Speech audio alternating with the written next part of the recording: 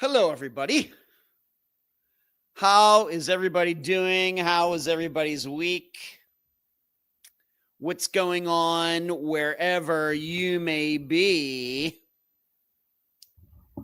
This is the Unfound live show for October 13th, 2025. And as I'm saying that, I'm realizing that one of my ex-girlfriend's birthdays was yesterday. Just realizing that right now. Don't ask me why I remember. It's been like almost 30 years. But I have a fantastic show lined up for you tonight. It's a fantastic live show. Of course, if you're looking at the title for tonight's live show, you know it's going to be good. I'm going to talk about Tara Calico tonight. You know, I've been doing this where I pick out a well-known disappearance and analyze it, deduce it, go over it, give my best impressions, deep thoughts, if you may. Remember that deep thoughts? Jack Handy's deep thoughts from Saturday Night Live going back, 35 years or something like that. Going to give you some deep thoughts on the disappearance of Tara Calico. And dare I say, I think I'm going to be offering some different thoughts in contrast to everything that has been out there as best as I can tell. I had a few weeks ago, somebody had written me and asked me about this woman, this flight attendant who died a few years ago in a hotel, I think at the Philadelphia airport. And I'm going to give you some of my impressions on that. And then also somebody had sent me information about this woman who went missing after her house caught on fire. And happily for everybody, she was found alive. But I'm going to give some ideas, kind of give my analysis on that as well. And when I do write Firewoman, I am thinking of the Cults song, probably their biggest hit, going back to about 1989 or 1990. They have a lot of great tunes, by the way. And as I continue to joke about seeing them a few years ago, over 2 years ago now, me and my buddy Dana saw them over at Ruth Eckert. The only time I've been to Ruth Eckert Hall, by the way. They did not do that song. They did some of their other decently well-known tunes, but they did not do Firewoman for whatever reason. I don't know. It's like Def Leppard not doing Pour Some Sugar on Me. Yeah, I don't know. But that does occur to me. So that is what I mean by Firewoman. And I'm sure that I will, I got other things to cover as well. You know me. When I come to this microphone, I come overtly prepared. I never want to have any twiddling of the thumbs to get through these 2 hours. Although there's no guarantee ever on the length of this live show. I can remember when this live show was only an hour long or something, going way back to like 7 years ago.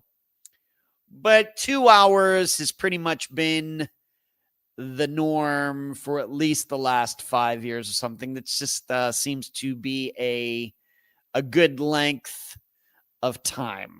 Can get things covered, and I don't feel like I'm getting too long-winded, although I can sometimes be long-winded. As you are watching / listening, whatever you are doing this evening, if you're on the treadmill, you're in the car, maybe you're out on a little boat doing some fishing, maybe who knows what you could be. Maybe your desk in a cubicle somewhere. I don't know where you are. But wherever you are, please give this live show a thumbs up tonight. You know what to do. Please subscribe to this channel if you've not yet done so. Maybe you're just finding out about Unfound for the first time. That very well could be. And if you're watching on Facebook, go over and like the page. Maybe give Unfound a nice review over at the Unfound page. Join the discussion group. I know we've picked up some new listeners. I think me appearing on Jason Blair's show last month certainly has brought some new people into the realm of Unfound. So maybe some new people out there checking this out for the first time. So like, share, subscribe. If you'd like to support what we do, patreon.com/Unfound podcast. You can go to paypal.me/Unfound podcast. You can hit the join button right there in the app or on the YouTube channel, wherever you are watching. And if you are watching tonight, you can hit the super chat as well down below if you'd like to contribute that way. Let's see who's in here, and then I will get into what's been going on with me since we all got together last. Hello, everything. What's going on? Good to see you. Charles, what's going on, Charles? And Sharon out there listening from Australia. It's already October 14th, well into October 14th over there for Sharon with a Y in her name. You should know Sharon. Sharon is one of my favorite female names. I don't have any favorite male names, except for my own. But Sharon is a fantastic name, one of my favorites. And I worked with a Sharon at Star Trek. I have fond memories of her. And I don't know if I've ever told you all this. I worked with her, and then she became one of the presenters, one of the hosts on the QVC channel. I don't think she's there anymore. But she did an audition on Las Vegas, and she eventually became one of the, or was it the Home Shopping Network? No, I'm confused. I think it was QVC. But her name is Sharon Faesch, Faetsch. And we worked together at Star Trek when I first started there. She was like there for my first year was her final year. In fact, she was working at Star Trek when she auditioned for that. And then she eventually got that job. And she was there for many, many years. I could just turn on the TV anytime, and there she was. I don't think she's there anymore. I haven't talked to her 20 years probably. But her name was Sharon. Love the name Sharon. Hello, Fishing Amy. Ghost of Burger King passed. All right. You're going to keep that for Christmas, too. That'll be interesting. Pitiful Pancake. What's going on, Stephanie? Good to see you. Lisa, I saw the little baby boy and the rest of his team won last night. I'm sure you're happy about that. And Derek, good to see you. And thank you for the comment over there. Right here on YouTube. Derek, thank you for that. Caught that. And Texas Tornado. It's funny. I was just listening today to the Megadeth song Tornado of Souls. One of my favorite Megadeth tunes. Hello, Michelle with 2 L's. Mary Jane, good to see you from the think tank last night. I'm doing good, D. How are you? Do all the things. Hey, Fishing. Yes, everybody talking back and forth. Great game, finally. Yes. They're 3-3. Maybe they're getting their act together. I, of course, hope they aren't. But, that about getting crazy lady from Oklahoma last night. Hello, True Crime Tribe. What's going on? Hello, True Crime Tribe. I don't remember seeing your name in there before. Good to see you. So, what's been going on with me since we all got together? Well, I've kind of joined a new trivia team, although I'm not an official member, and I don't know if I'm ready to make a long-term commitment to all of it right now. It's kind of a week-to-week thing. Of course, I have the team that I was on, and they've moved on. They're not going over there anymore. The team that I was with for a long time, they're now going someplace on Thursdays. And, of course, I have a show to do with D on Thursdays. True crime shows always take precedent. And it's a little far of a drive for me anyway. But I've joined kind of another team over there at Finley's where my team just won the past season, and we're doing okay. It's been a little rough. Haven't gotten the last question right yet, but we haven't taken any zeros yet. And after 2 weeks, we are 8th in points, which really isn't that bad considering we haven't gotten a final question right yet. So it's been fun, playing with new people. It's very fresh. It's interesting hearing people's different point of view on how to do things and how to answer questions. And I think that they like that I'm showing up. Certainly that I was on a team that won some. They like having somebody move over and help them out once in a while. So that's been good. But there's, of course, there's this other group, of course, the other group that was part of the old team. We're kind of taking a time off, and we did not get together on Saturday due to things going on. So last week, the new people that I've kind of joined with Finley's, we did okay, like I said, but I did not play on Saturday. I do intend on showing up there at Finley's on Wednesday. We'll see how it goes. Once again, not making necessarily a full-time commitment to them. If I think I can help them out, of course, I will continue to do so. And they seem to like me being there. So, that's nice too. It's nice to be wanted, everybody, for a change. So that's what's going on there. As far as this building goes on, if I'm going to sleep in, I really, really, really, really have to make sure it gets done on weekend because these construction guys on this building, they are prompt. They are not tardy like David Lee Roth in Hot for Teacher. When it hits 8:30, the grinding starts in this building. The construction starts solid until just about noon.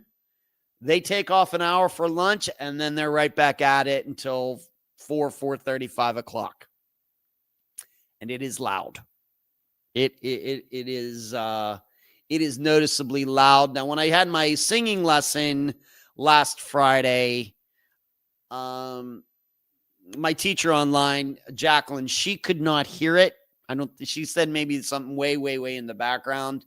This microphone that I use for my lessons can't pick it up, but I'm telling you, if you're in here, it is there.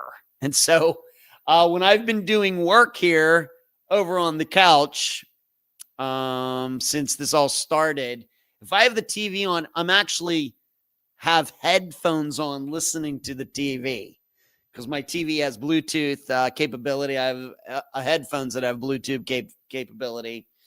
And that, of course, keeps most of the sound out. That's how it is. And it's going to be like this for a while. The joys of living in a condo building, and it's really a contrast because otherwise, as I think I've stated before, it's pretty quiet up here. Unless there's like a bunch of Harleys going by, or it's like this, police or fire truck going by, ambulance with the siren going. I just really don't hear anything up here at all. And sometimes there's maybe a loud boat out there. But so it's really weird to be sitting here and actually hear stuff. And I have no idea how long it's going to go. They have not started on my column of units yet. They're working their way down. I know that they've already done the balcony next to mine over in the A unit. So what is going on here. So actually today I went out and threw the discs while all the grinding and stuff was going on, but I had to put the show together this morning with the headphones on. Just something you have to get used to. If I were living in a house, this wouldn't be going on, but then of course there'd be all sorts of other issues. And I guess I should just care that they are taking care of this building so well. And it should be known, the last couple of years since that condo building collapsed, down there in Miami, there's been a lot of redoing of laws and all of that.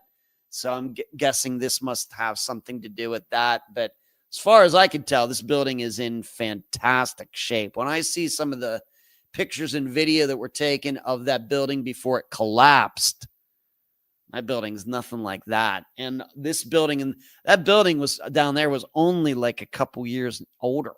They were both built in the 80s. And this one, if you go down like to the foundation where we park and everything, it looks new. Looks new. It's crazy. And this building, I think, was built in 1986. So it's almost 40 years old. They've kept it in pretty good condition, but once in a while you have to put up with this stuff. Otherwise, working on my singing. Big thing right now is I really have to learn to relax my throat when I sing. I like to scrunch it up. It's you can do that for a while, but the muscles give out for a while. And that's how singers, when you've ever been somewhere and hearing somebody sing and then they start off really strong in a song, by the end, they can barely get through it. It's usually because they're singing with their throat instead of their diaphragm. They're really crunching in. It's no good. And in fact, my teachers even told me, even when I speak, like when I'm speaking right now, I have a tendency, she can tell that I speak from the throat instead of relaxing my throat and allowing to speak from the diaphragm. But I think most people speak from the throat. You start speaking from the diaphragm or singing from the diaphragm is not something that is natural. But if you want to be a great singer, you have to learn to do that. You really have to learn this, even though this is where your larynx is right in here, really everything around it needs to be as loose as possible. And that is how singers lose their voices. It's not, yes, they can get laryngitis and lose their voice, but really, if you've ever heard somebody start out at karaoke or somebody singing the national anthem, which is a fairly difficult song to sing if you don't pick the right key, if they wear out if they sound really good at the beginning, but at the end they barely get through it, it's probably because they're using all of this right in here to sing. And you can get away with that for a while. And there have been a lot of great singers who have done that and who have eventually ruined their voices. Over time, that you can get away with it for a while, but eventually it's no good. So I'm trying to, get away from that. And that's not easy to do. I mean, for the long term, I think I'll eventually figure it out, but it's not natural. And you really, and the other thing is it's so easy just to do that. That's why people do it, because it's so easy in contrast to learning to breathe a different way. That's what happens. Stephanie, I have that problem when I sing also. Yeah. Stephanie, you taking lessons or anything? I've been doing a lot of, I already told my teacher, I don't know what we can, I'm 55 years old. I don't know what we can do about my speaking voice right now, being that I record and do the shows and everything else. I think it's too late to change how I talk. So we're just going to have to limit it to how I sing and going to have to loosen everything up. D, we need to talk before Thursday so I know what I'm going to do. All right, D, well, whenever you're ready to talk, I'll be around.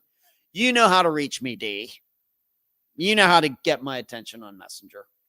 So that's what's going on with the singing. My teacher, of course, very positive about it. She knows that I work hard on it. In fact, I even told her at the end of last week's lesson right there at the end that I feel, kind of guilty because she said, we have these sessions once a week and she ends up saying a lot of the same things over and over. And I had to tell her, I don't want you to think that I'm blowing you off. I'm really trying to do this right because, if any of you don't know, my mother was a piano teacher for 40 years. And she taught those lessons in the house where I grew up. And of course, she turned me into a piano player starting at the age of 5. But over the years, I heard a lot of bad piano playing. And I heard a lot of my mother, talking to these students about this, about that, especially when the lessons were still taking place up on the first floor of where I grew up, in the house that I grew up. Eventually, we turned where I didn't do it. My dad and mom turned the basement into where she taught lessons. And so it wasn't as obvious, people would come in the side door, go down into the basement, and that's where lessons were taught. But, I heard a lot of bad piano playing, people making the same mistakes over and over and over the years. And I told her, I'm used to this and I don't want to be one of those bad students. And she assured me that I'm not a bad student. But, I don't have the greatest patience and I don't like making mistakes. And I like being a good student and I want to improve and I take things very seriously. And I hate it because I think I am a person when somebody tells me something over and over that I'm doing wrong, I make efforts to fix it. It gets fixed fast. This is not going like that. That's all I can say. Stephanie, I took lessons decades ago. I'm now going to see an ENT and then looking into voice lessons again before I resume singing. Much to preserve my voice is talk all day at work too. Yeah, as I've told my teacher, I've only lost 55 years old, as much talking as I've done, presentations and acting and doing these shows and recording and interviewing people and everything else. I've only ever lost my voice once in my life. And that was August of 2024 when I just went too hard at doing some singing and just, really messed my voice up for like a week. I think you can even go back and listen to those episodes and hear how bad my voice was. Except for that, I've maybe scarred my voice a little bit, but that's it. I have a fairly strong voice. I think this part of my body is pretty strong and robust and everything. I just have to learn to use it the right way. I really believe that. What would your ex say, Ed? What do you mean? What would my ex say about what, D? I don't even know what my exes would say about anything, really. What will my ex say? It depends. I speak to many people who are older at my job, so I have to project all day. Yeah, Stephanie, you got to watch that. Even when I do these live shows, when I'm done, my voice may be a little tired, but it's not really that bad. But I'm not having to project so much. I have a loud voice anyway, just naturally. In fact, obnoxiously so. But certainly talking to a full room, having to project to the back wall is a lot different than speaking to this microphone 4 inches from my mouth. Certainly different than that. All right, so that's really about what's been going on. I've been fantastic talking to my dad today. He's fantastic. His football team won this weekend. He's going to be seeing my brother Michael on Thursday. He's excited about that. I've been sleeping fantastically. I actually got pizza one day last week. It was really good from a new place. It was good. Everything's pretty good. So let's get into this. I'm going to go right to probably what you are wondering about, and that is Tara Calico. This is a fairly well-known disappearance. It's hard for me to really put it, as you've heard me do before, put it like on a level where it is in the known category of disappearances. Certainly not as well known as Mara Murray and Jennifer Kessie and Brian Schaefer, but it's up there. And it's up there for a reason that, as I will reveal right now, it's up for a reason that I think it has nothing to do with her disappearance. And this is this picture of a young woman and a boy in the back of a van that popped up coincidentally right here in Florida, although it was way down on the Atlantic coast of Florida. Not quite a year after Tara went missing. And so I'm going to get into all of that. So as I've done before, I'm going to read at least partly what is written at the Charlie Project. Just for accuracy purposes, I did go back and look at news articles that were written about Tara's disappearance back in 1988, just to make sure everything was kosher, whether you're Jewish or not. And it seems to all be okay here. And so I'm going to read part of the page at the Charlie Project, and then my analysis will begin. And I know some of you who are really up on disappearances know about Tara's disappearance, so bear with me. There's going to be certainly people in the audience who don't know about her disappearance at all. It's still unsolved, by the way. And maybe they know the name, but they can't, don't remember where did this happen? What were the circumstances? So what was it? I'm still wondering, D, what would your ex say? What are you saying, D? I want to know if what would my ex, if it's a legitimate question, I'll try to answer. What would my ex say about what, as long as it's PG and not too sensitive and personal? Hello, Amy. All right. Let's start here. Tara left her house on Brugg Street in Belen, or is it Belen, New Mexico, to go on a bike ride at 9:30 in the morning on September 20th, 1988. She took her mother's bike because her own bike had a flat tire. She was last seen riding her mother's neon pink Huffy mountain bike. I think this is important. I'll come back to that. With yellow control cables and sidewalls on Highway 47 in Valencia County at approximately 11:45 a.m. So just once again, I know a lot of you, of course, this is all audio for the most part. You kind of have to keep this in your mind. She left at 9:30 in the morning, and allegedly she was seen by herself on the bike 2 hours and 15 minutes later. I'll, of course, come back to that.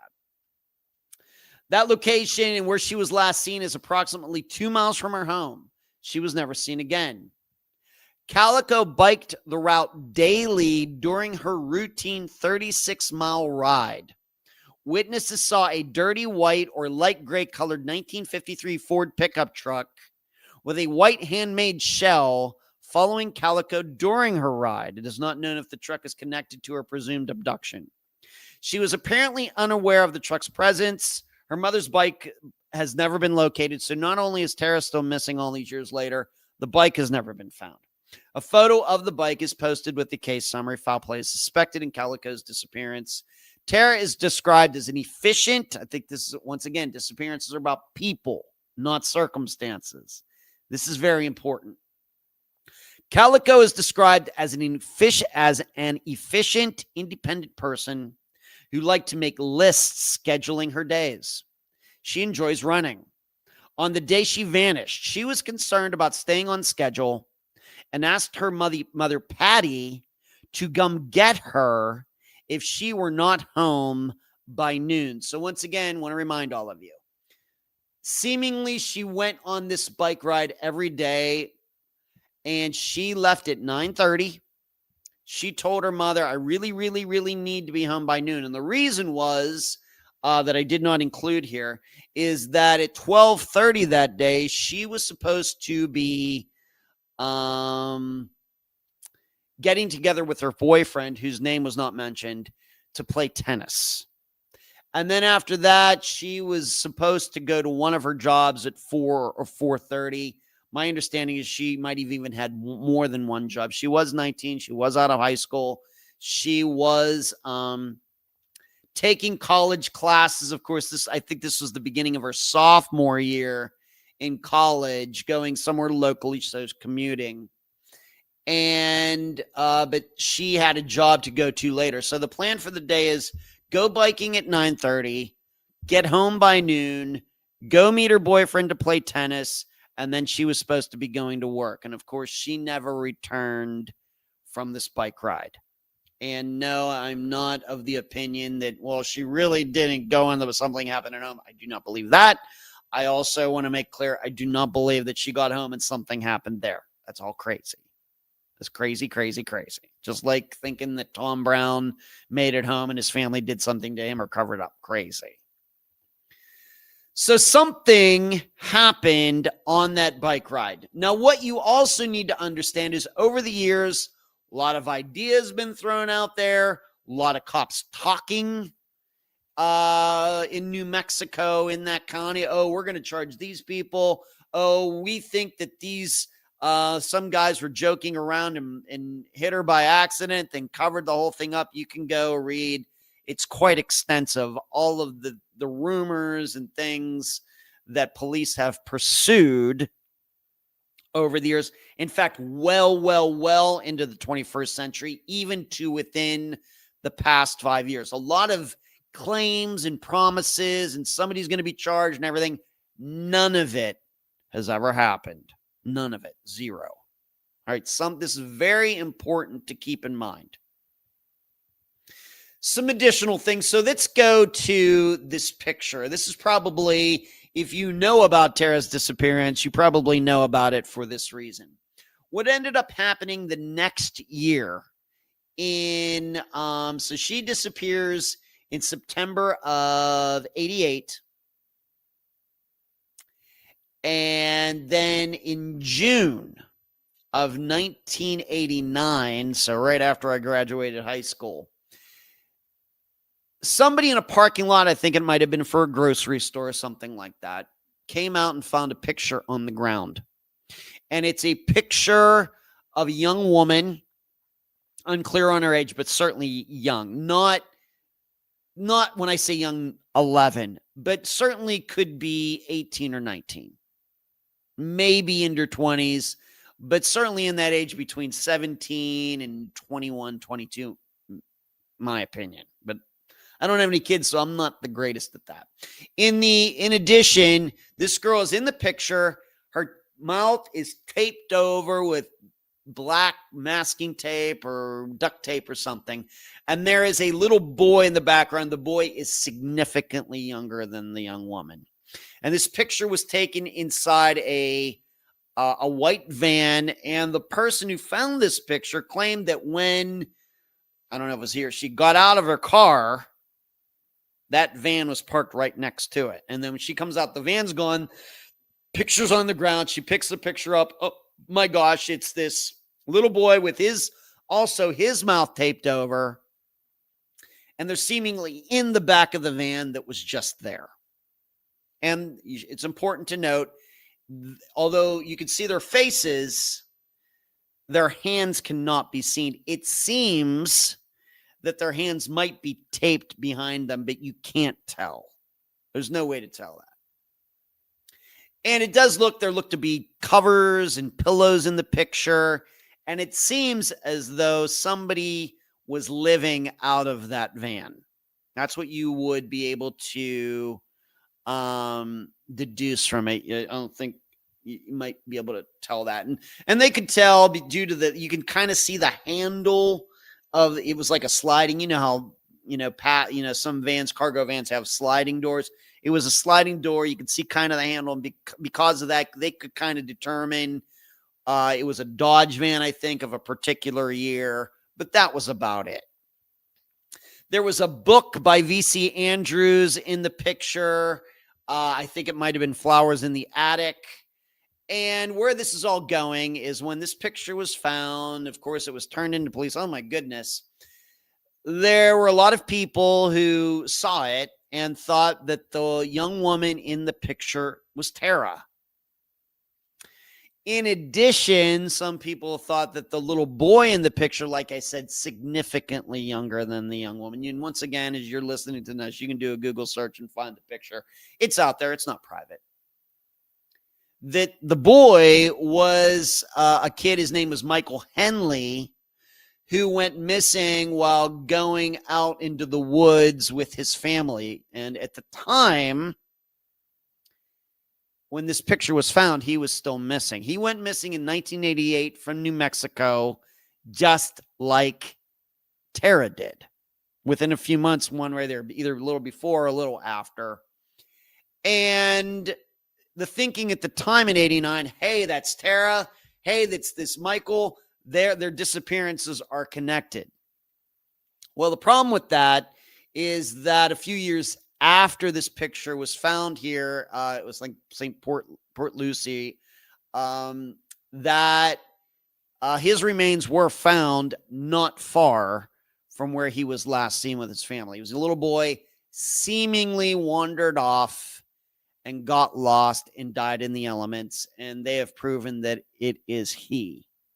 So unless somebody did that and drove to Florida and then drove back and put Michael's body there, that seems like a lot of work. That certainly did not happen. So certainly Michael Henley is not the little boy in this picture. Now, could it be some other little boy was abducted? Could be. But there doesn't seem to be as big a wave on that as it was regarding Michael Henley.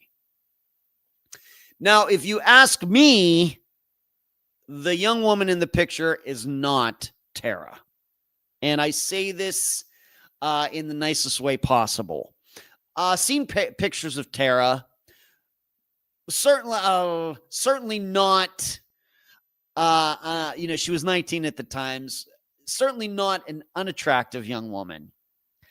But I would say that the young woman who has her mouth taped over is more attractive than Tara, and that's why I've decided that it's not Tara. And I think that if you take a look like at Tara's eyebrows, for example, compared to the young woman in the picture, the eyebrows are totally different. It seems they just have different jaw structure. I think a lot of people, including Tara's family, just saw what they wanted to see. My opinion. You, of course, many pictures of Tara out there, many pictures that you can find from this van. You can do the comparison for yourself. I can see why, just if you looked at both real quick, you might say, oh yeah, it might be the same. But if you really study them, I don't see a resemblance. I don't. Certainly within the ballpark, because they maybe have the same hair color and because they're both Caucasian white girls, with darker complexion. Other than that, I don't see a lot of similarity there. Now, what do I think about that picture? Before I go back to Tara, if I don't think that's Tara, then what's going on here? Well, it very well could be some other abducted young woman that's not Tara. Could be. And it could be that some other young abducted boy. But the weird part is you don't see anything out there regarding who else. If it's not Tara, who else could it be? I don't think there's any other than some people think it's Tara. I don't know that there's any agreement otherwise on who else it could be. Now, something else, Stephanie says, D says, I will agree just looking. The photo is disturbing. It is. It is. And then D says, do you think it was staged? I'll get right to it, D. I think it was staged. I think it was. A lot of crazy people. Of course, this was before the internet. But now that we have the internet for the last 30 years, we know how idiotic people can be, and they make stuff up. Fake videos, of course, now with AI, and you can do anything. A lot of people making up a lot of fake stuff. People claiming they were attacked. They weren't. People claiming that somebody set their house on fire. Didn't happen. People claiming that they were, somebody spray painted their house, graffiti some racist language or something like that. Didn't happen. Police proved that they did it themselves. This is all coming out now with the internet, but people, in my opinion, have always had the same, we're all still wired the same way. And some of us are just idiots.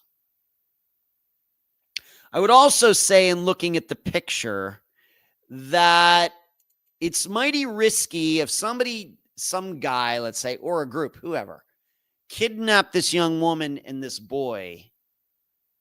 It's pretty risky putting a book in the picture that has a phone number on it, although it cannot be totally determined what the phone number is. When you're taking a picture with a Polaroid or whatever in 1988, you don't know if that's going to come out or not. Why would you do that? Why would you take that risk? You'd surely notice that. If this were something that was really truly real and somebody wants to get away with this, they're not going to do that.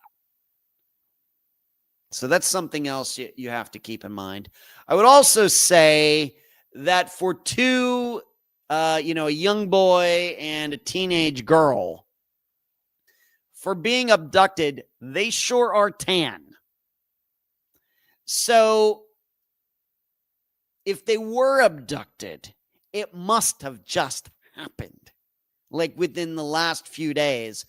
Otherwise, what are they doing? They got abducted like months ago, and they're allowed to go outside and just hang out or something and catch some rays, and it seems unlikely. We know what happened, like Ariel Castro. When you capture these people, they go down into dungeons and basements, and they never even see the light of day. That boy and that girl, the sun has touched their skins recently before that picture that was taken. And I tend to think, to answer Dee's question, I think it was staged because of that. So you can look at it. You can make the determination for yourself. Once the show's over, you want to post a comment on it on YouTube or on Facebook for me to read. I'm certainly interested what you see in the picture regarding these two young people. And I think I will stand by the fact that it was staged. So I do not believe that was Tara Calico. Do you think it was staged? Yeah, the photo, Amy, could be staged for nefarious reasons. Could be. I don't know. All I know is it's not Tara. And I think it was staged. I don't think that young woman and that boy were kidnapped at all. I just don't believe that. Well, they could be allowed to be out. They could be, D, but it's long enough to get a tan. Long enough to get a tan. Like I said, this to me runs contrary to what we know about people who have been abducted and held against their will and everything else. Runs contrary to that, I think. So getting back to Tara, let's go through some additional facts regarding her disappearance. Well, they're facts, but I don't know if we can automatically jump to conclusions like the police did and others have done over the years. First of all, along the route that Tara would have taken that day, a Boston cassette tape. I don't know if it was the actual cassette or just the outside, the container, not the actual thing that plays, but the container is in the plastic one. Anybody old enough to remember that was found along the route. And for some reason, they automatically thought, well, this must be Tara's. I don't know how you could do that. It doesn't say what Boston album it was. And of course, Boston at that point had only in 1988, I think it only put out 3 albums. But you have to remember the first album that Boston ever put out in the night, More Than a Feeling, those songs, that's like one of the best selling albums of all time. There are probably millions of cassettes out there in the 1980s. And even their other, I think, like I said, I think it's 2 other albums that came out. They were not a group that put out an album every year. But I think they had 3 albums out. They were all big time sellers. Now, the first one being the best.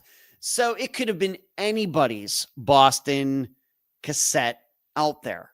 They acknowledge, yeah, she listened to Boston. She would have been, it doesn't mean anything if there's millions of them out there. Could have been, who knows the reason. So I'm not as quick to jump to the conclusion that this Boston cassette tape was Tara's. I don't think there's any proof of that other than saying that she liked it. And when she went missing, she had it. A lot of people listening to Boston on cassette out there. The other thing was that a Walkman was found 19 miles away near a campground. And it also seems, once again, like they just jumped to the conclusion that this was Tara's, though it's 19 miles away. What did it have any distinguishing markings? Did it have her name on it? Do you know how many Walkmans were sold during the 1980s? Once again, millions. Millions. And how many Walkmans do you think were around the United States at that time, having been thrown out? Maybe they broke down somebody, once again, people are idiots going down the road. Oh, this Walkman doesn't work. We put new batteries in it, just throw it out. People are littering all the time. So even though and we have to remember this is 19 miles away, what exactly are we talking about here? That she got abducted and then somehow 19 miles later, she was able to throw a Walkman out. It seems, once again, not impossible, physically possible. It just seems very unlikely that they would just happen upon the Walkman that Tara had when she was biking that day. It seems unlikely. So I think that although it is a fact that the Walkman was found, I don't think that we can say that it has anything to do with Tara's disappearance. I think this is confirmation bias. I think because people think that she was abducted, then that must be her cassette tape. Because police think that she got abducted, that must be her Walkman. And in fact, her family said, well, maybe she was trying to throw out breadcrumbs, throwing that out there, to give people, give police or whoever searching for her a trail. Would help if she would have put her name on it.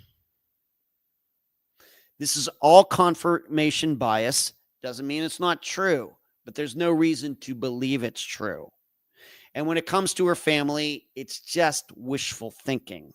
Doesn't mean it's not true, but not now. And if I were one of the investigators at the time, I would not put a lot of support to this without really, really showing that it's Tara's. Did they fingerprint it? Did they get her DNA? Because this is a little before DNA.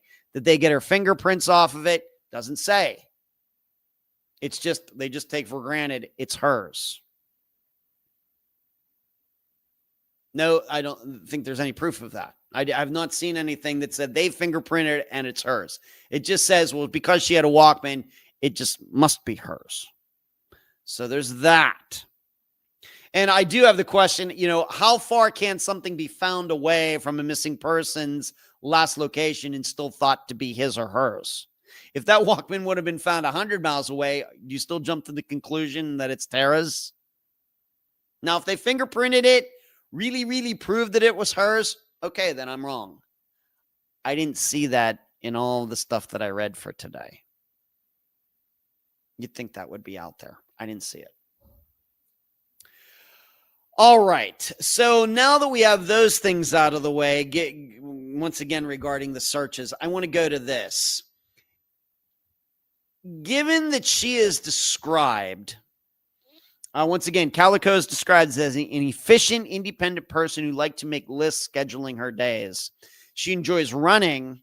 On the day she vanished, she was concerned about staying on schedule and asked her mother to come get her if she was not home by 12. Tara wasn't wearing a watch. I realize this is well before some. I've never want to. I can't stand stuff on my wrists. Maybe just because of my piano playing days, I can't. It's just weird. It just feels weird. Even long sleeve shirts kind of weird me out when stuff's grabbing onto my wrists. It's just weird. But she didn't wear a watch. I know that I'm unique. I am not a watch wearer. Most people are, even today. Even though we have our phones to check the time, people still wear watches, whether they like them. Of course, people collect them. It's a fashion statement, on and on and on. She wasn't wearing a watch.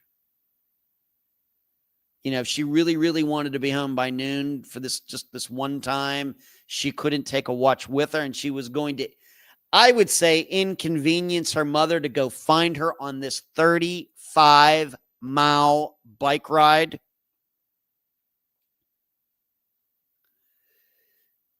This seems, now, like I said, I did my fair amount of work today looking into this. It just doesn't seem that anybody finds this unusual. I do. She's going for a bike ride. She wants to be home by noon. She's supposed to be meeting her boyfriend at 12:30. She makes this bike ride every day, and she doesn't know how long it takes.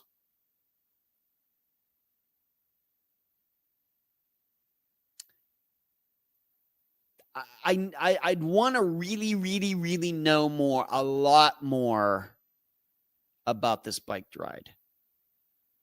I'd want to know a lot more about it because there's something about this that doesn't sound right. I'm not saying what Megan from the Charlie Project wrote here. I'm not saying she's lying. I think whatever Megan wrote here, she would not make up. Megan, of course, we know doesn't make stuff up. I believe this is true. Now, I didn't specifically read it in any of the news articles that I found, but I know that she would not make this up.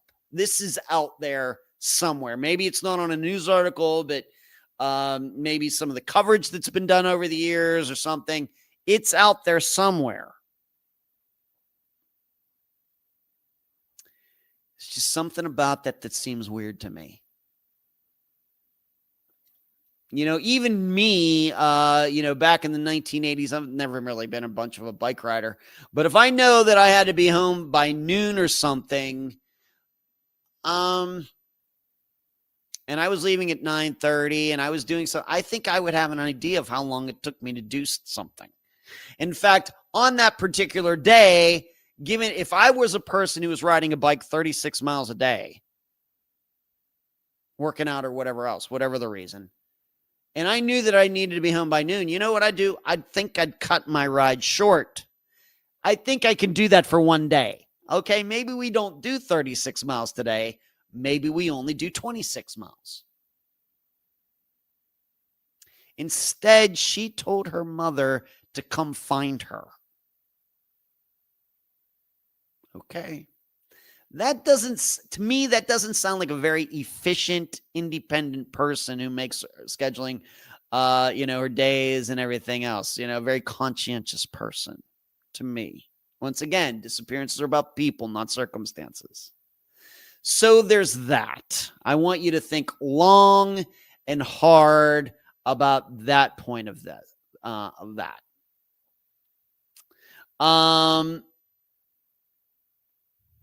I also want to talk about, what did I see? Her bike. Now remember, she seemingly went on this bike ride daily, I guess if the weather was fine.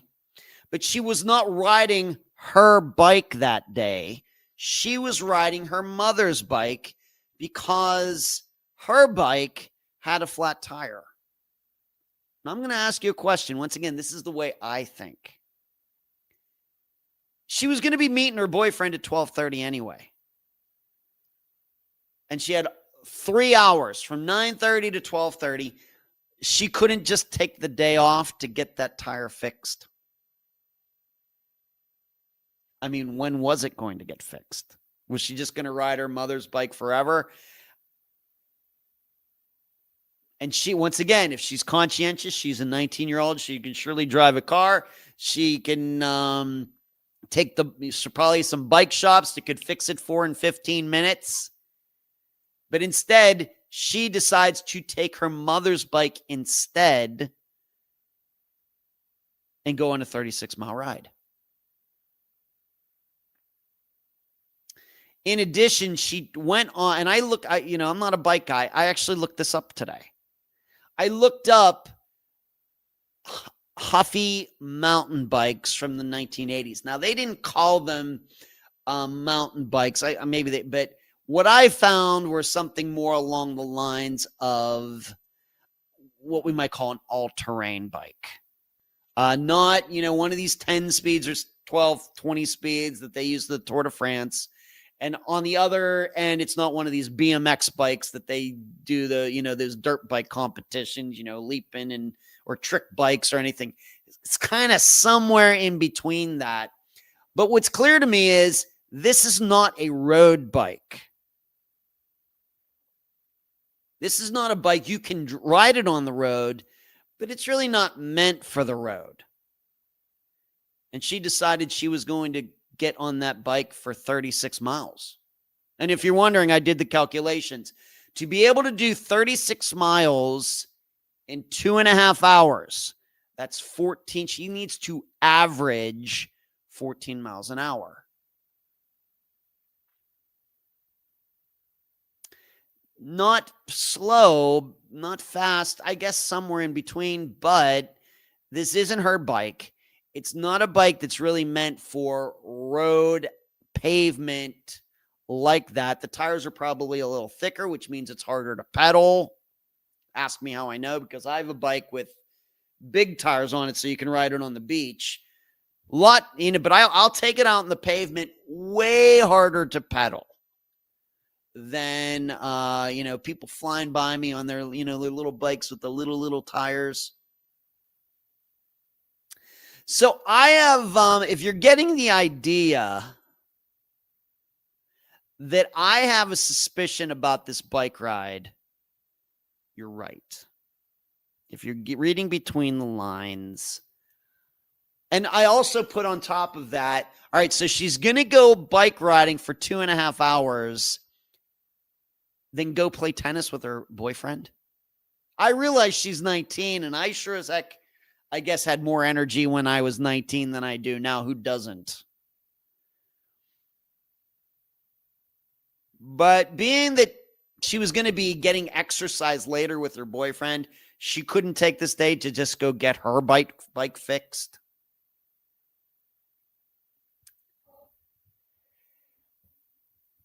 I know this once again. I'm telling you that you will not find, at least I didn't, maybe down in the depths of Web Sleuths or Reddit, you might find this. I know this is controversial, but this is what I do. I mean, this is my job. I've been doing this for 9 years. I get a lot of these predictions correct. I'm going to throw out there, I don't think Tara was actually going on bike rides when she was going out. Because we have to think about it this way. What are we saying happened here? Remember, it's daytime on a beautiful day in New Mexico. I actually did Google Street View today, just kind of checking out this Route 47. And even when I did a satellite view, you can see cars on this highway. This is not some, way out in the middle, 2-lane road out in the middle of nowhere. It's not.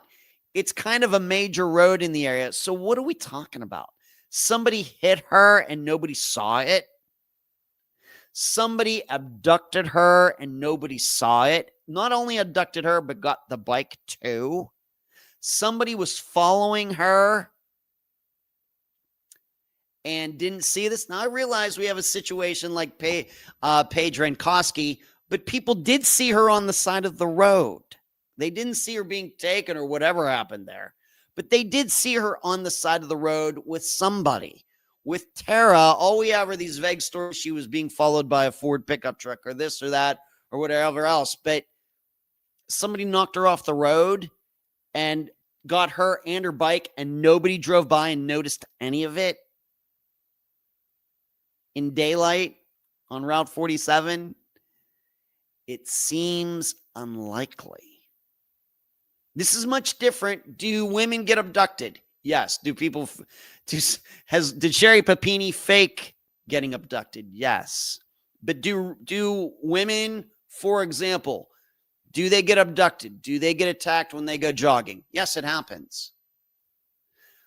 But how many times has it happened in the middle of the day on a beautiful day? They're jogging along a major road and get abducted. Very, very, very rare. Of course, the example I always give is the woman, what was it, Memphis, Nashville, Louisville, I forget where it was. The woman who was jogging at 6:30 in the morning. Totally different situation. It's night. It's a city. No, it's not, bustling. It's not bustling morning. And yes, something happened. But here's what I think I know. If she would have been jogging at 1 o'clock in the afternoon through that city, that does not happen. Doesn't happen. So it just seems very, very unlikely. Let's see what everybody's saying before I go farther. Derek says there's a substantial distance. That's a substantial distance to go 2.5 hours. 14 miles an hour, I think on a bike that she's not familiar with is pressing it. Stephanie, the only way this ride on that day makes sense is if she struggled with some kind of exercise compulsion. Just had to do it. Could be. D, well, look at the little girl in Texas who was hit by the FedEx truck. Well, I'm not saying people don't get hit. I'm not saying in the history of the world that there hasn't been, something like that happen. But it's rare. It's absolutely rare. I don't think this happened. I do not think now that, because like I said, I've known about Tara's disappearance, but this is yesterday and today were the first days in all the years that I've known about this disappearance that have taken some time to really sit down, check out the address, check out the roads, check out the timeline and everything. And I would come to the conclusion, I think that she was going to meet some other guy while she was going on these trips. And I think the reason that she told her mother that, to come and get her if she's not home by noon is because I think Tara knew that something she was doing was wrong already in the first place, but she felt compelled to go. This kind of sounds like some sort of grooming scenario. That she had so badly to go out and do this because I think she was afraid of what might happen if she didn't. That somebody might find out, yeah, she has a boyfriend, but she's been seeing some other guy. Maybe a guy who's much older than she is. Hello, Maureen. How are you? This is not reasoning that I found anywhere out there. I also think this is the reason that all of these attempts to attach it to her getting hit, her getting harassed, and all of this have gone nowhere. That's what I think. It's just one of those things you start to see. You start to see patterns like this after a while. And this, to me, sounds no different than that guy who suddenly starts staying late night at work. Suddenly, whether he, straight, gay, I don't care. But he's calling his wife at home and saying, you know what, honey, I have to work late tonight. I have to work late tonight. I have to work late tonight. I have to do this. I have to. Why? Because he's really not working late. But he can't not go. He can't just come straight home because he knows he's cheating on his wife. And he knows if he just goes straight home, then that puts at risk the mistress letting his wife know. It's not so much that, it's gotten, to the point where the SEX is so good that he can't pass it up. Really, at some point, he's just doing it because he's afraid of what happened if he doesn't. This is what it sounds like to me. I know that, it's just something I happened upon. I don't think that in all of my, knowing about this disappearance for all these years, I've ever thought that until I sat down and devoted about 4 hours, no more than that, between yesterday and today, looking into all of this. I think when she was going out at 9:30 in the morning, she was going to see another guy.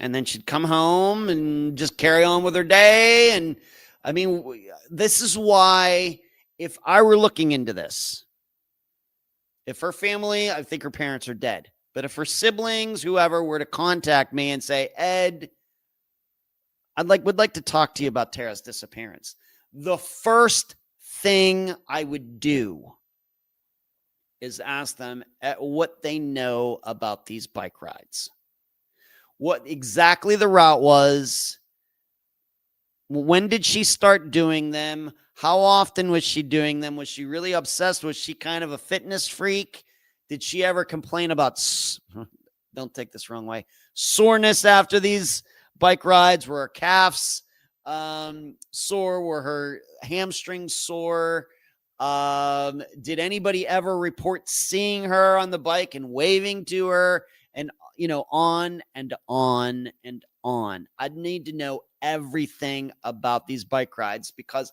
I think and of course they might not know anything. They might just, why would we be keeping track of something like that? Well, good point. She said she was doing it. We have no reason to doubt her. That's just the way it goes. No, I get it. You just take it all for granted until a young woman goes missing. And I think that at some point, maybe you should start looking into that. But this is where this would start. Because we also have to realize that, once again, women are riding bikes all the time. How many of them have been, millions, especially in the United States? Of course, bikes are more common in other countries, but bikes in other countries are mainly used, like in China and elsewhere, for transportation. Here in the United States, you see people riding bikes. It's because they like to ride bikes or they're exercising. How many women in bikes have truly, truly, truly been proven to have been abducted in the United States over like the last 50 years? Very, very few. Do bikers get hit? Do cyclists get hit? Yes. Do cyclists get killed? Yes. And given that a lot of them are right here in Gulf Boulevard, where the speed limit's only 35 miles an hour, even I can see here how more cyclists don't get killed on this road is amazing to me. But did somebody really hit her, take her and the bike? It seems unlikely. And I think that's why this investigation has gone nowhere. All these promises and everything else have gone nowhere. I think it's just the police talking out their butt, hoping to scare somebody into coming forward, hoping to scare somebody. Well, somebody knows something, maybe not the actual perpetrator, but somebody else will come forward. And after all these years, 30 some years, somebody will finally come forward and reveal, oh yeah, well, this person's dead now. But the reason nobody has come forward is because I think the police have been, at least publicly. Now, who knows what they really think behind the scenes? They can say anything in public. But they very well may believe this. But I think if this were to turn more into the idea of Tara might have been seeing somebody on this bike ride every day, and she was covering it up by saying she was going on bike rides, but she wasn't. I wonder where that would go with an investigation. I wonder where it would go. Because then all of this kind of, it does seem to line up a little easier, doesn't it? She goes somewhere. She rides to some guy's house, puts the bike in the backyard, goes in there, and just something happens, and she is murdered. And no wonder they can't find the bike. No wonder they can't find her. But I think because of this cassette tape, because of this Walkman, they've convinced themselves that she was abducted, and she's like throwing breadcrumbs of them. It's crazy. That's the stuff of movies and TV. I'm not going to say it's never been done. I'm not saying it's never happened in the history of the world, but once again, it's so rare. And it's hard to imagine what she still had all those miles over there toward this campground. She still has her Walkman with her. You know, she still has be able to reach it, and the person doesn't realize that it seems like the most inept abductor ever, except that the person's gotten away with it for 37 years.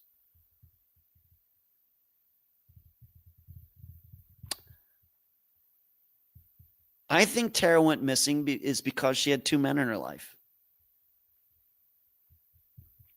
And whoever, I don't know what the boyfriend, I don't think the boyfriend's name is certainly not in the Charlie Project write-up. Somebody certainly knows who he is. I'd love to talk to him. I'm guessing his name is out there somewhere. I don't think it was in any of the articles that I read, but I didn't read like every article out there. But if I could talk to him today, the first question I would ask him is, do you ever think she had some other guy in her life? And I would explain to him why. I'm not trying to be negative. It's like with Jennifer Kesse. You know, for all of you who don't know, that's kind of my thinking on her disappearance as well. You know, and I don't necessarily think that women are cheaters. When it comes to relationships, I will admit my gender, men cheat. As far as my insight, I think that this is what the stats say too, is that men cheat more than women, whether it's marriage or boyfriend, girlfriend, living together, whatever. Men cheat more than women do. I know. But women do cheat. And of course, it depends on a lot of different things. It doesn't necessarily make them bad people.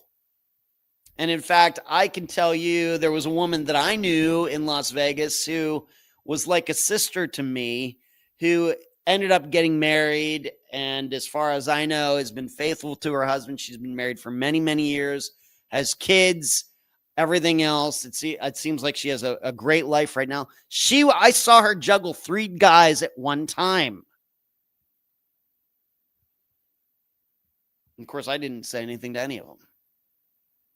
So you can be like that, man or woman, and then one day, just say, you know what, I'm putting that behind me, because for whatever reason. So it doesn't necessarily make them bad people. You shouldn't do that, but that doesn't mean, that the rest of their life's going to be ruined.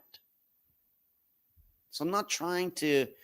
When I talk about Tara this way or Jennifer this way, or even, the guys that we've talked about, like Tyler North, divorces his wife and then continues to have sex with her, and that's essentially what got him killed.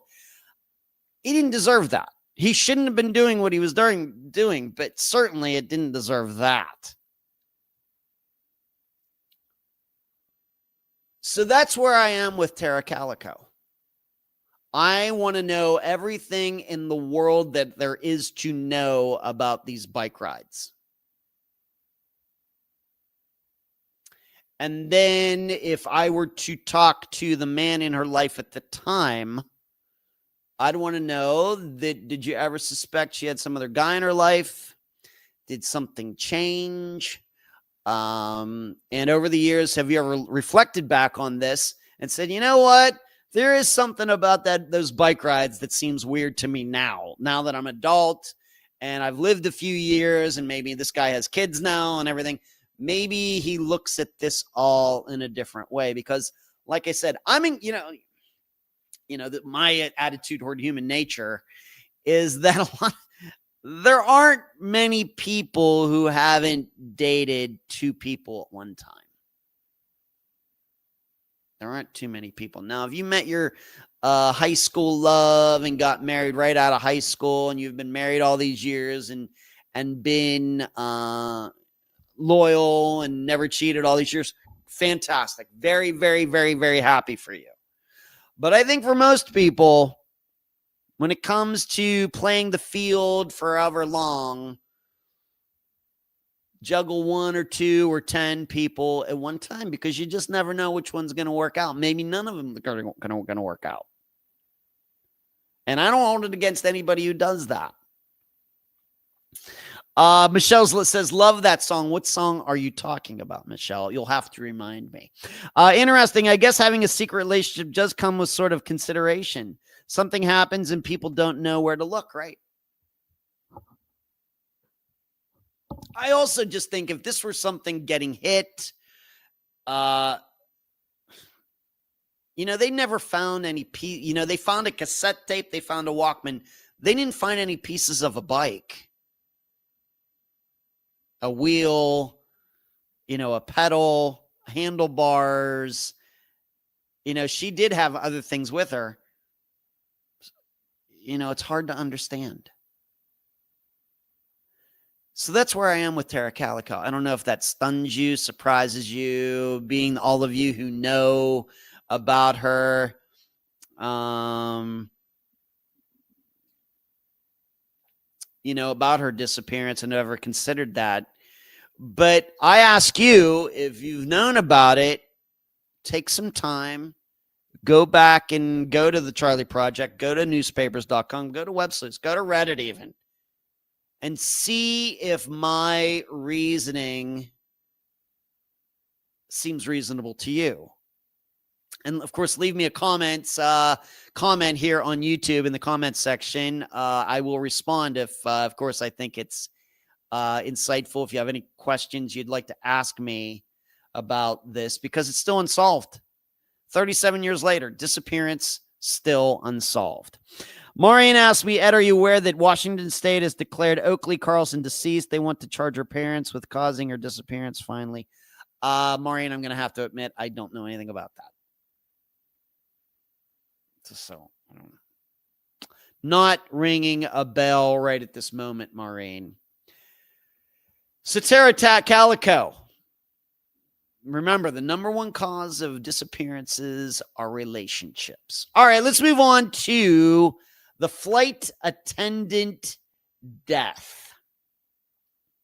Her name is Diana Ramos, Ramos.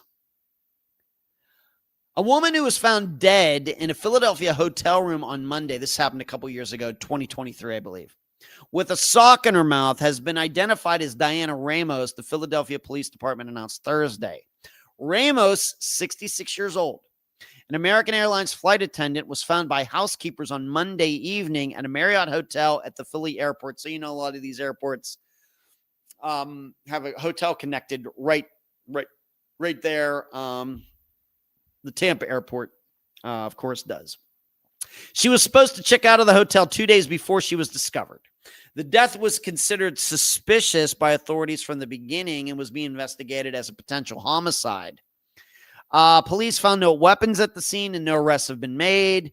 Everybody's still trying to figure out what happened and why her crew just left her. A source who works as a flight attendant for American Airlines told People, noting they learned the woman's crew was Los Angeles based.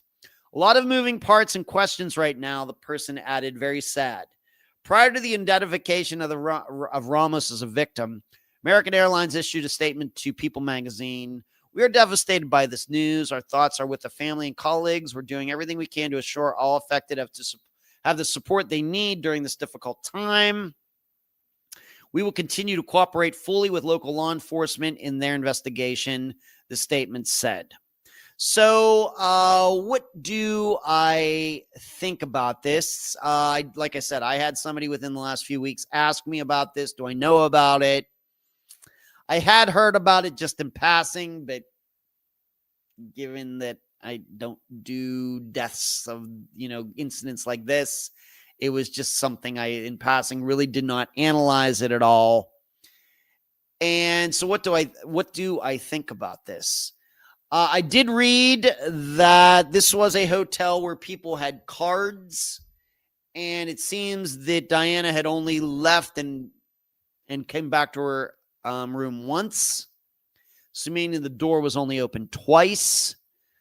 At least the card, of course, I guess somebody knocked on it. She could have opened the door and that would not register. Remember, when you're using those key cards, they only register when you insert the card. If somebody knocks on the door and you open the door, I don't think it registers. I don't think. Maybe it does, but I don't think it does. It only sets off the computer if the card's used. So her card was only used to open that door twice. That's it. What's notable to me is that there were no signs of violence. There was no rape. The room was not disheveled in any way. There was no theft.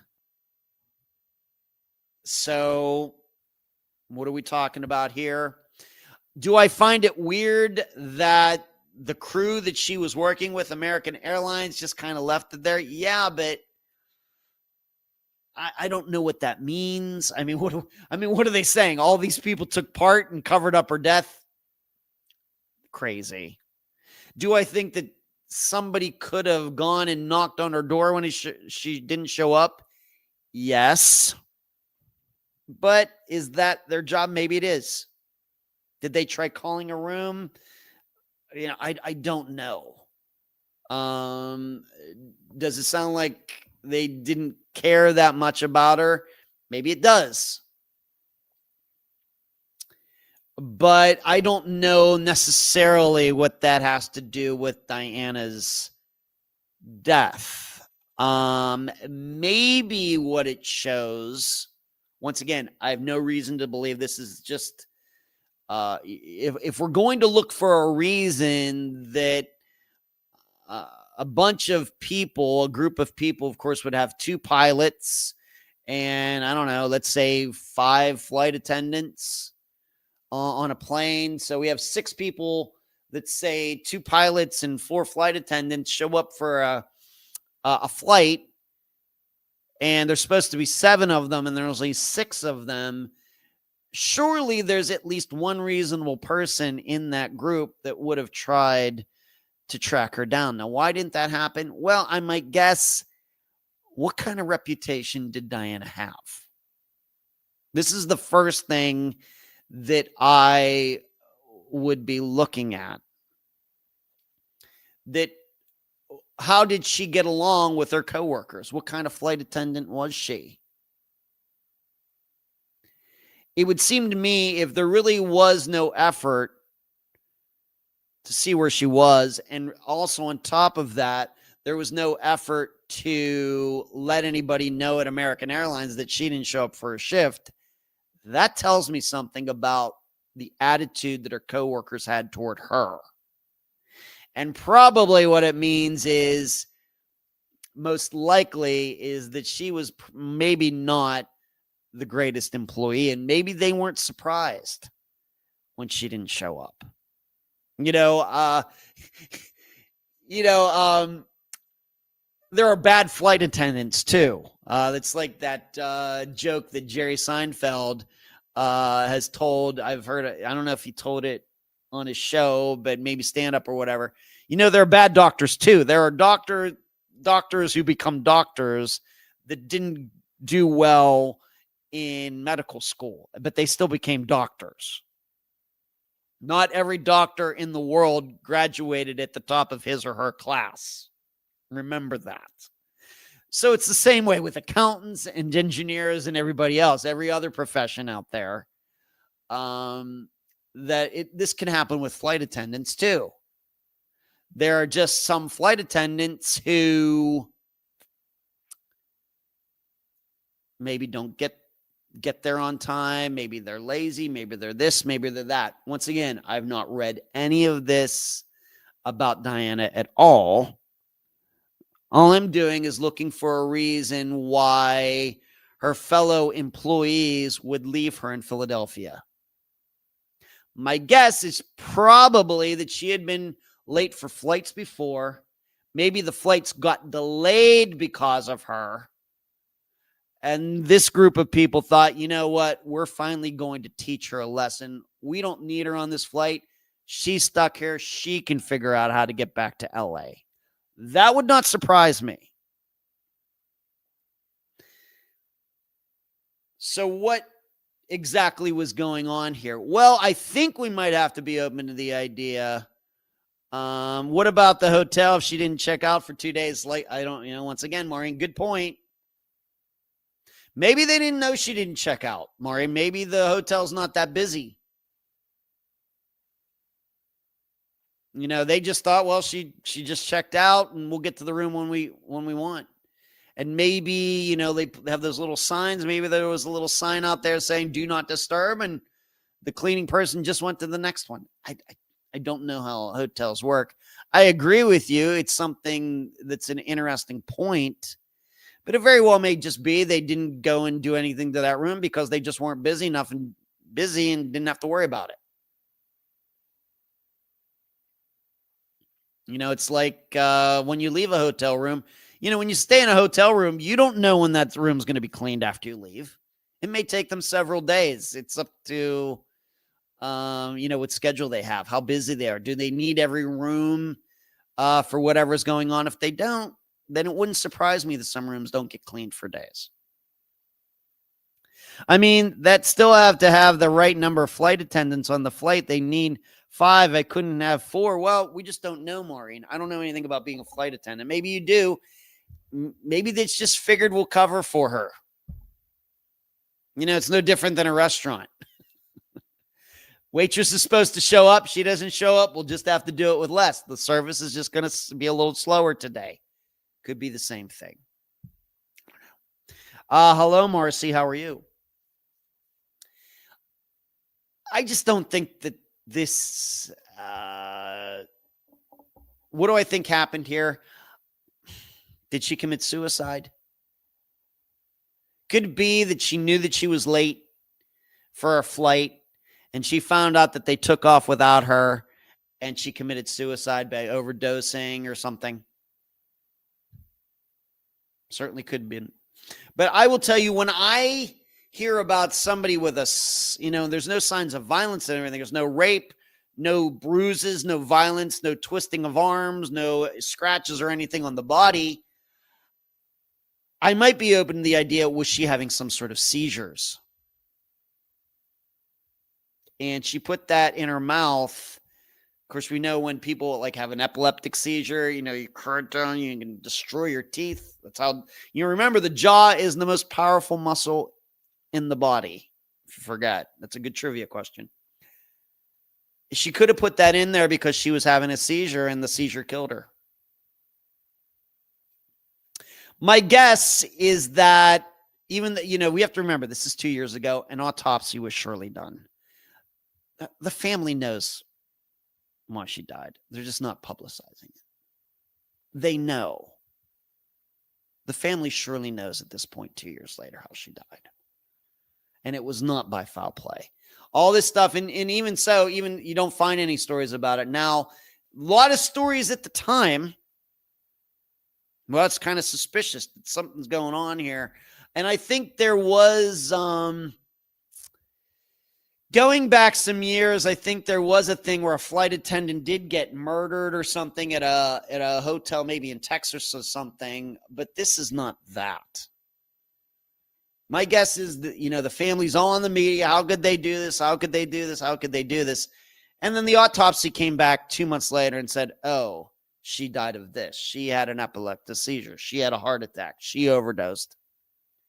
And that's why it's not in the news anymore. I think.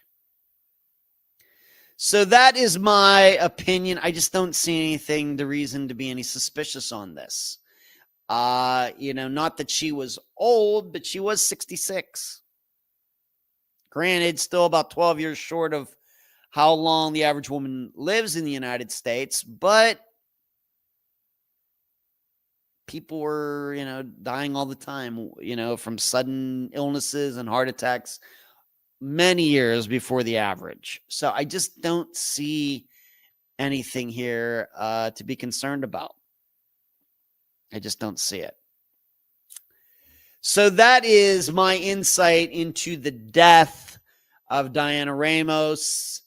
I realize, well, did the other flight attendants and crew get in trouble for not? Maybe they did.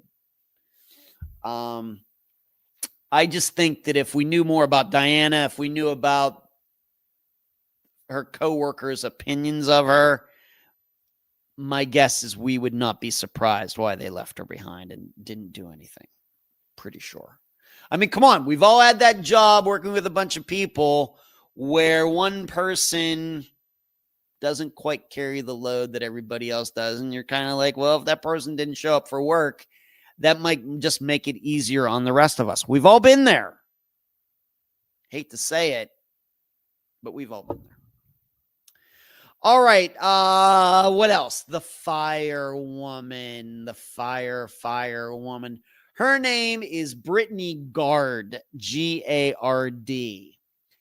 And somebody, asked me about this. I think that this person sent me the original story before it got resolved, but I'm still going to talk about it anyway.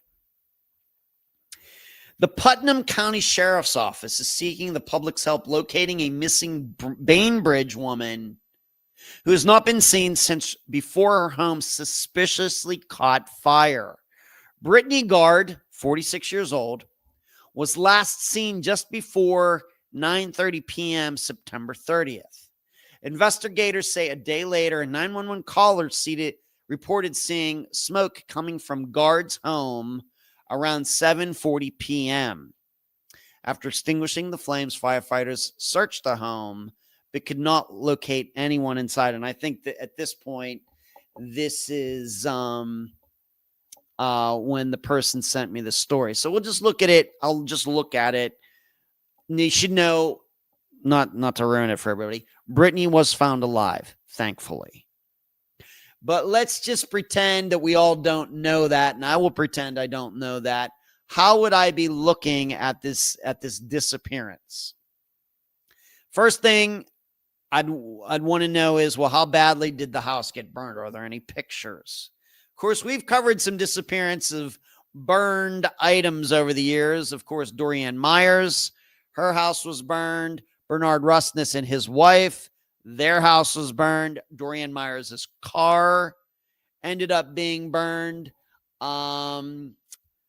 Much more recently, I hate when I forget the names of disappearances. Bear with me for a moment. We had another one in which a house was burned. What was it? Oh, my goodness. Not her. It was a woman. It was in the middle of Pennsylvania. No.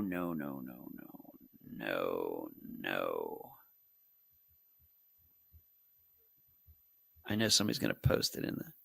Yeah, Joey Offutt. Remember the Joey Offutt episode that came out in April of this year? So we have that one.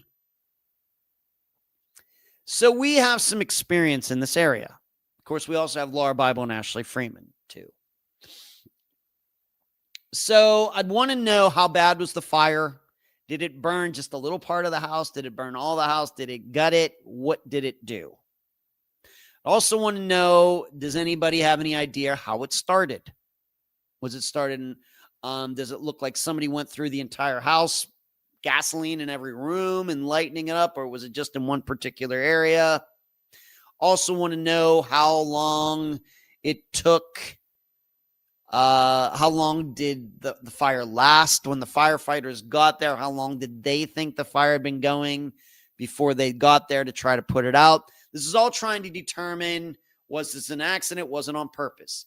In addition, is it possible that Brittany was in there and maybe just possibly could her body have been burned to cinders? Would that be possible or not? These will all be things that I'd want to know. Now, if I were to be told, well, you know what? It seems like this fire had only been going for a half hour and that it only burned a very small part of the house. Then we have to start thinking, well, maybe somebody's burning something to cover something up. Somebody abducted Brittany and was trying to cover something up. There was a murder that happened in there, and then this guy took her and then burned it to cover up stuff. Could have happened. Happens enough that you need to consider it. Remember how many disappearances that we featured where these fire, at least in a few of those, of course, Laura Bible and Ashley Freeman, surely that fire was started to cover things up. But then I'd want to know a little bit more about Brittany herself. What is Brittany's story? Did she have any drug issues? Did she have any relationship issues? Did she have any mental health issues? And within all of that, I think that I would be able to take a pretty good guess at probably what happened here. Now, I will tell you, the resolution to this disappearance, despite not knowing all these things, really doesn't surprise me that much. Now, she was missing for a couple days,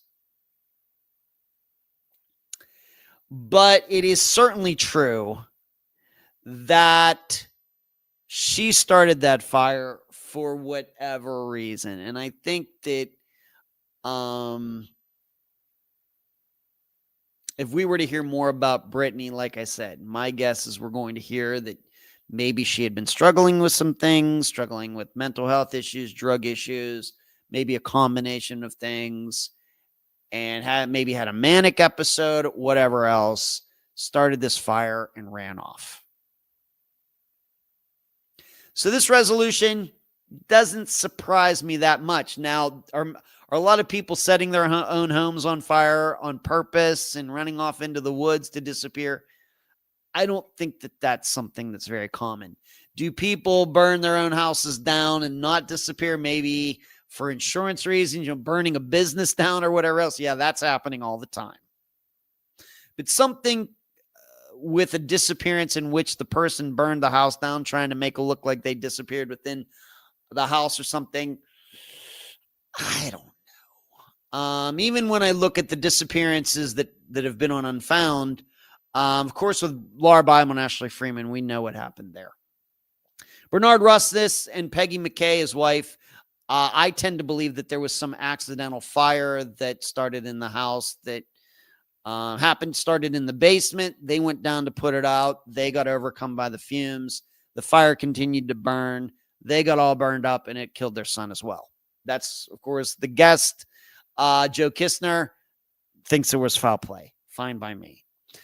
Dorian Myers, her house was surely set on fire by purpose by somebody else, not Dory.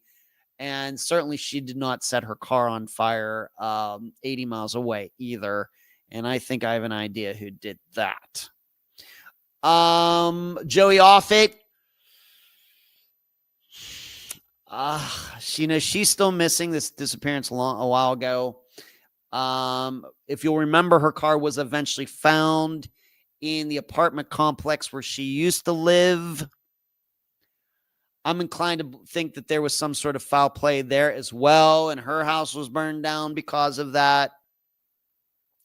So we've had certainly a mixture, more than a mix than I would think of a mixture of disappearances involving things being burned, and I'm guessing there are at least a couple more that aren't coming to mind.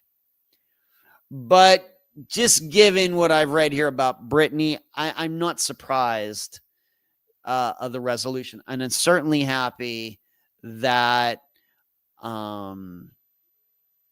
she was found alive. And if she is having issues, mental health issues, whatever, I hope she gets, the help that she needs. And we just have to be very happy that nobody got hurt or killed due to this fire. And if she had any pets, I hope they escaped the flames as well.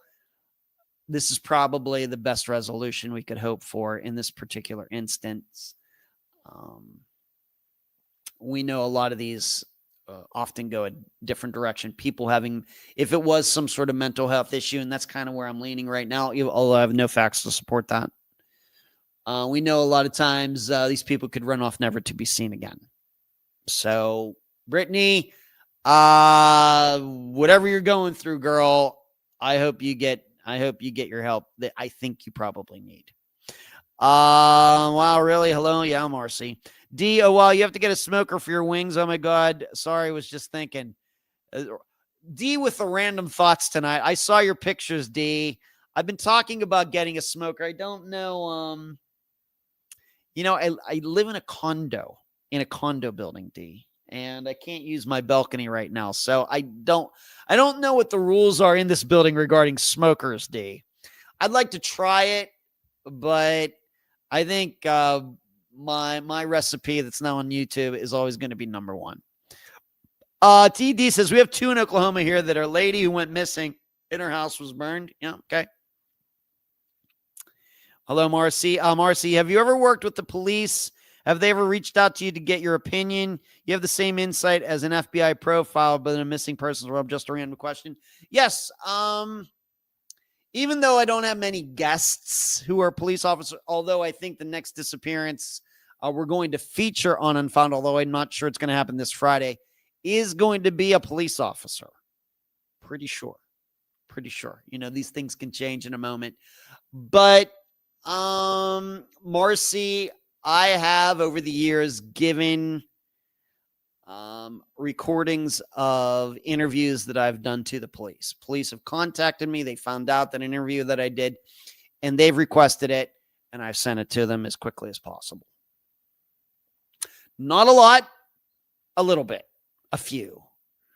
Overall, though, police are, generally not looking for my opinion. They should be, but they aren't. And, so to answer, have you ever worked with the police? Well, I guess I worked with the police for the Steve Pankey trial, I guess. Have they ever reached out to you, get your opinion? Not really my opinion, although in a few cases I've given my opinion. You have the same insight as, my friend Julia Cowley will get a kick out of you saying that I have the same insight as an FBI profiler. She'll get a kick out of that. And so that's a good question, Marcy. Thank you for asking. So that's Brittany Gard. So I got through everything that is in the title. That's always the promise. And now these days when I do a live show, I'll get to what is in the title. Don't want to leave all of you hanging.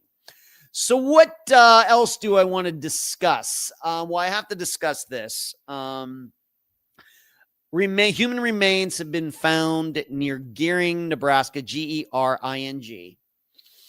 And anybody who knows Unfound's disappearance as well knows that town is connected to the disappearance of Chance Engelbert. To remind all of you, Chance he was really from Wyoming. He was married, had a child, and his wife went there to see her family, and something went on. He got ticked off at her family's, getting ticked off at the in-laws, and he stormed off, walked off. And there were a couple video cameras in that town that found him walking recorded him walking this way, walking that way, never to be seen again. There was a storm that rolled in about when this was happening. And if Chance was still walking out there, if he didn't get picked up by anybody or anything, he was certainly out in the elements when this bad thunderstorm rolled through. No proof that he was out there, though. But if he was, he would hope that he would have found shelter, getting actually not just under a pavilion in a park either, but actually getting into some sort of building. We have no idea if that happened or not. But he went missing. Did I interview his mother, I think? And I think his family, since he's been missing, has really thought that foul play occurred. Did he finally go back? Did he go back to the house and the argument continued and violence happened and they covered it all up? I think that that's something that his family really, really, really bought into. I never bought into that. Certainly could have happened. No evidence to dispute that. But Chance said that he was going to try to walk back to Wyoming. And I was like, well, if he's going to say it and he said it to them, then I would have to believe maybe he tried to do that. And I think that it would have been sort of swallowing his pride if, he had to go back to the house. Well, I thought you were going to walk back to Wyoming, Chance. What happened? And I think that would have been just too much for his ego. So I just took her in. I think that he did try to walk back to Wyoming and something happened. I put forth the idea at the time that if he was following Google Maps, the Google would have taken him to a river where there was supposed to be a bridge, but turns out there's no bridge there. And I thought, well, maybe he was following Google Maps and he went to that spot where thought he was going to be able to walk across the river through like a walking bridge, and it's not there. So he just decided, the hell with it, I'm going to try to go across this river anyway, and got swept away. That's been my idea since. If these remains are his, then I will have proven to be wrong on this one. Although I think that I'll at least get it right that I didn't think it was foul play. These remains were not found, as best as I can tell, anywhere near the river. They weren't downriver or anything.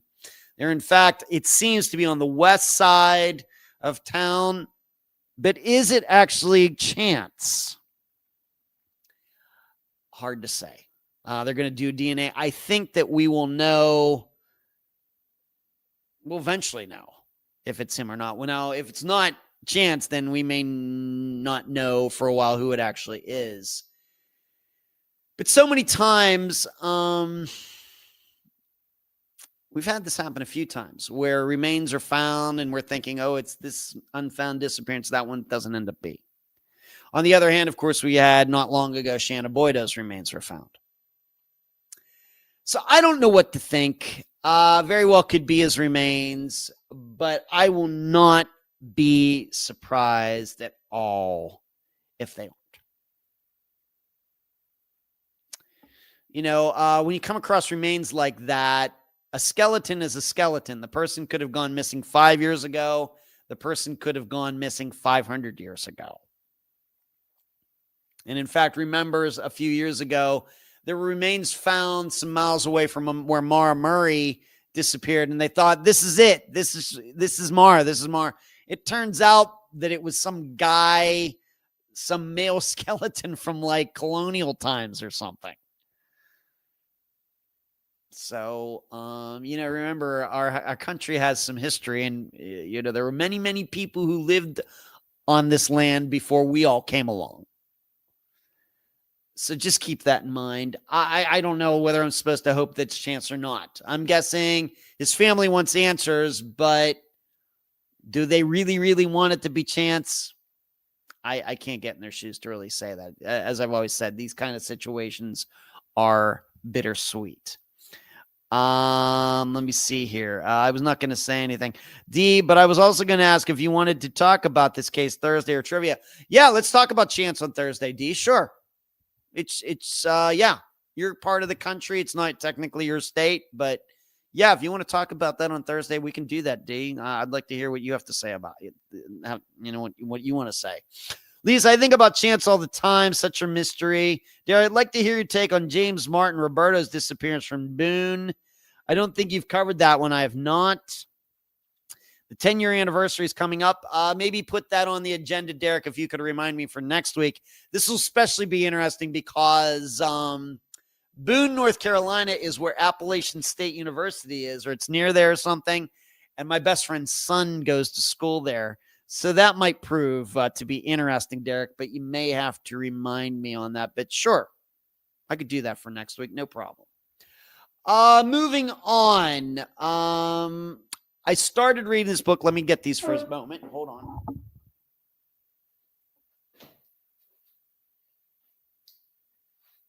started reading 2 books within the past week. This one by Pamela West called 2020 Vision. If you remember, this is the book that allegedly has some similarities to the disappearance of Ray Gricar. I've not seen that yet in this book, and I'm about halfway through it or something like that. It's a fairly quick read. It's not that well written. If Pamela West hears this, I'm not here to offend her or anything, but really not. It's a science fiction kind of book, really not necessarily my type of book.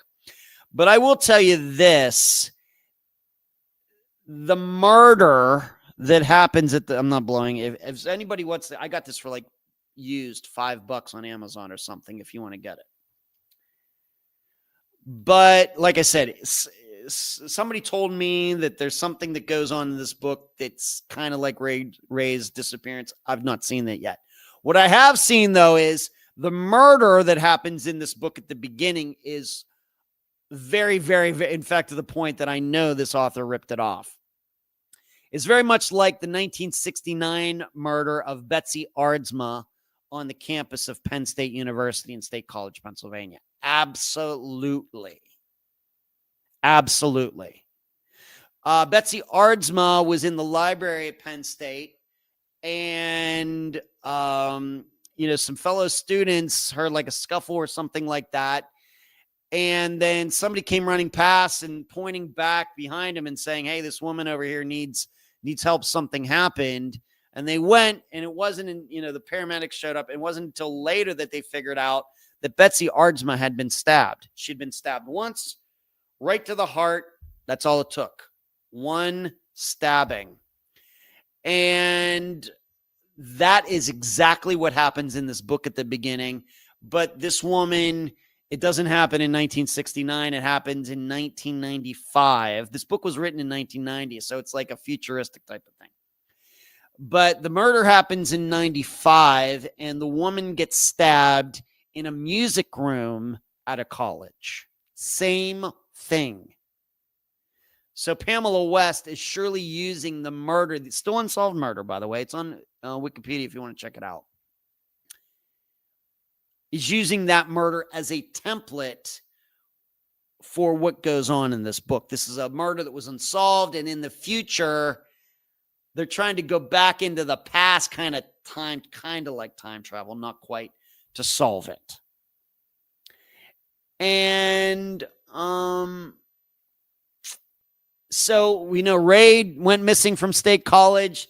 The murder that is used for the murder in this book is from State College, so I guess that's something, but my impression is it's supposed to be more than that before I get to the end of the book, but I'll probably maybe have it finished by next week. I'm not going to ruin it for you. You should get it. It's only $5 or something, of course, plus shipping if you want to read it for yourself. If you're into true crime and stuff, it's like a murder mystery. You might be into that.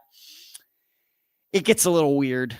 It's like a combination of like techno sci-fi with some new age mysticism and kind of stuff going on in it, and how I feel about some of that stuff or all that stuff. But it's called 2020 Vision. It's by Pamela West if you want to check it out. And but I see no resemblance to Ray Gricar's disappearance yet, but certainly to the unsolved murder of Betsy Aardsma. James went to Appalachian State University. He was a student there before he went missing. Oh, so I was right about that. Marcy, by the way, thank you for doing an episode on Maureen Troy Galloway. Boy, Marcy, yeah, that's going back. Nancy, his mother, was the guest. Michelle says, I'm from Central, and you're welcome, Marcy. Central Nebraska. This is the second set of remains they thought could be Chance. I think I knew that. This time I feel like it is more likely him than not. I hope it is just so his family can have some answers. Yeah, Michelle. Okay, thank you. Reporting from the area, Michelle. Thank you. And I think I do remember other remains being found now that you mention it. The other book that I'm reading is this book. It's called Missing Persons. And there's a lot of contributors to it, but it's a handbook of research on missing persons. And it's edited by Karen Shalev Green and Lillian or Leon Alys, Alys.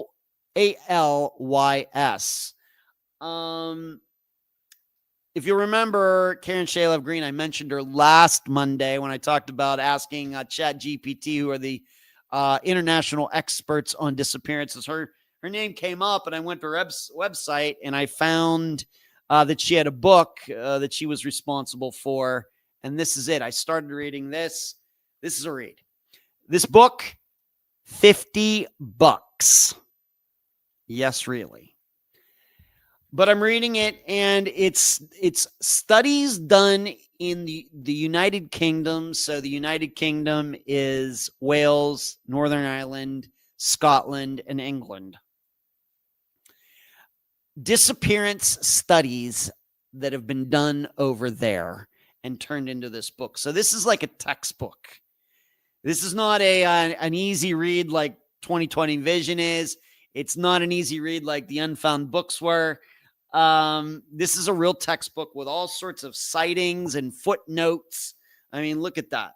Those are all footnotes and everything from chapter to chapter. I am reading this book. It's interesting. I'm writing in it. I'm making notations.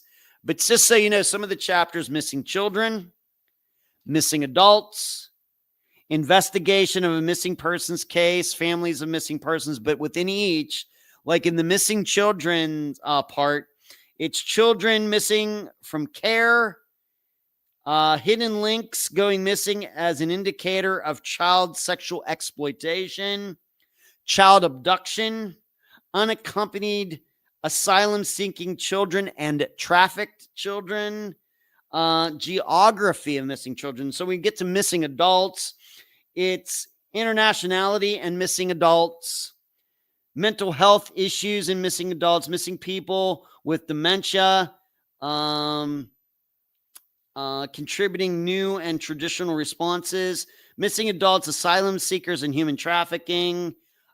As you could tell, in depth, lots of studies, things that we have not done in the United States. But the thing is, I don't know how much this is transferable to the United States because, we have a lot more crime here. We have a lot more things going on here in the United States. We have 300 and some million people. They have like 50 million people. It all matters. But I'm reading it and I'm making notations and things. And so far, it's very interesting. But like I said, not an easy read. And plus, the book is $50. So I can't recommend this to you unless you really, really, really want to spend the money and you really, really, really want to do some deep reading. There's a lot of statistics and charts and studies and footnotes and all sorts of stuff like that. It's like you're reading a scholarly doctoral article or something like that. But this is what I do. So I thought, well, I'm going to read it, give it a shot, see what they're saying about disappearances in the UK.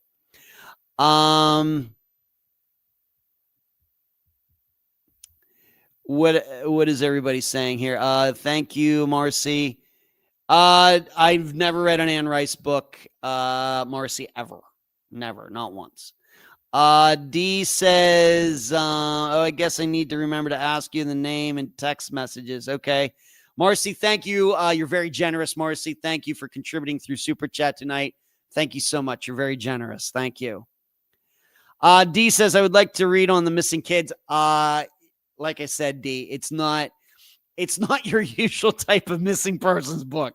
It's like a textbook. It's like a physics book. You may like to read about the speed of light and everything else. This book's like going to take a physics class in college or like an engineering book or something. You may like architecture and looking at books like Frank Lloyd Wright. This is actually a book like about, it would be about engineering, the formulas and everything. I'm just warning everybody before you go buy it. It's fine, but just I'm warning you. Yikes, hard subject, right? Lisa, thank you, Ed. You always bring interesting topics to the live show. Okay, so we're about done here. We are. It's 11 o'clock. Well, That's all I have. I was going to mention some other things, but we're out of time. They can wait. We'll get to them maybe next week. That's all I have for you tonight. As far as this Friday, I'm still not sure what we're doing with this Friday. It might be nothing. I'm working on some things. Like I said, if it is going to be something, it's probably going to be an interview with a police officer regarding a disappearance in Ohio, but I can't guarantee that right now. We'll just have to see. So I can't tell you. It'll be a surprise on Friday, just like last Friday was. That's all I got. Man, that 2 hours went fast. The Tara Calico stuff went really, really fast. Once again, I want your own theories on Tara Calico. Put them in the comments. That's all I got. Keep your heads on swivels out there. Do not be a victim. Do not end up on my podcast. Charles, say hi to your sons for me. And we'll do this all again next Monday at 9 p.m. Eastern. Good night.